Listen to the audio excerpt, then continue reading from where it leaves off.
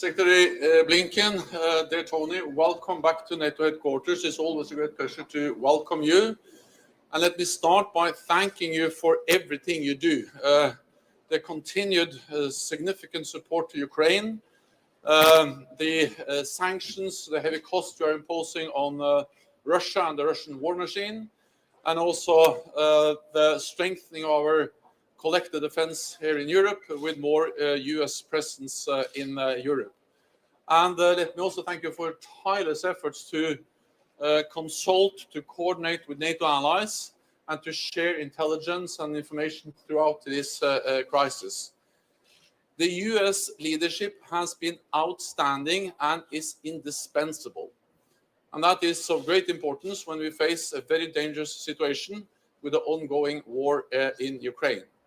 So I look forward to sit down with you, with the other foreign ministers in NATO, and to discuss a wide range of issues today and tomorrow, of course, including Ukraine, but also that we are able to sit down with our Asia-Pacific partners, Australia, New Zealand, Japan, and South Korea, and to address the global ramifications of the crisis in Ukraine and how we are going to work together in different areas with our Asia-Pacific partners.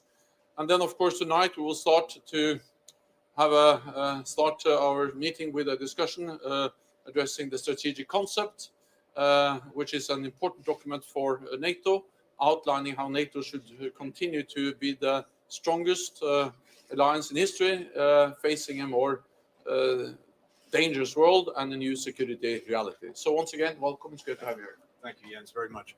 And I was going to say, it's really good to be back, except I feel like we've never left. In fact, I'm going to ask you if there are apartments available at NATO headquarters, because we're here so much that we probably need one. And that actually gets to something that Jens said that is so important. A hallmark of everything that we've been doing in the months leading up to Russia's aggression against Ukraine and in the time since has been our extraordinary collaboration, coordination, consultation on every element of the response. And that's exactly what we're continuing here today and tomorrow. We set out to do three things if Russia decided to pursue this horrific aggression against Ukraine. One was to support our Ukrainian partners. We're doing that. Two was to put extraordinary pressure on Russia. We're doing that. Three was to make sure that we were shoring up the defenses of our own alliance, NATO, and we're doing that. And today, tomorrow, we'll continue to talk about not only how we can sustain these efforts, but how we can build upon them.